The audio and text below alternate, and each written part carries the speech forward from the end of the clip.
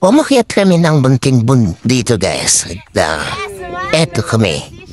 Maliit lang naman siya guys pero ang habol namin na yung view doon sa itaas at napakaganda nga yan. Mga 10 to 15 minutes siguro or 20. Depende sa facing ninyo.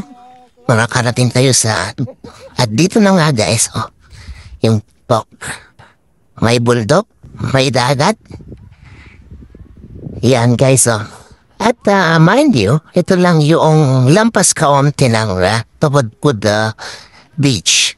Kaya, muntahan nyo na rin ito guys para malaman niya ito. At makita niya yung paganda ng lugar dito. Bundok at dagat. Yan ang maganda dito guys. Actually part pa rin ito ng pagudpud pa rin.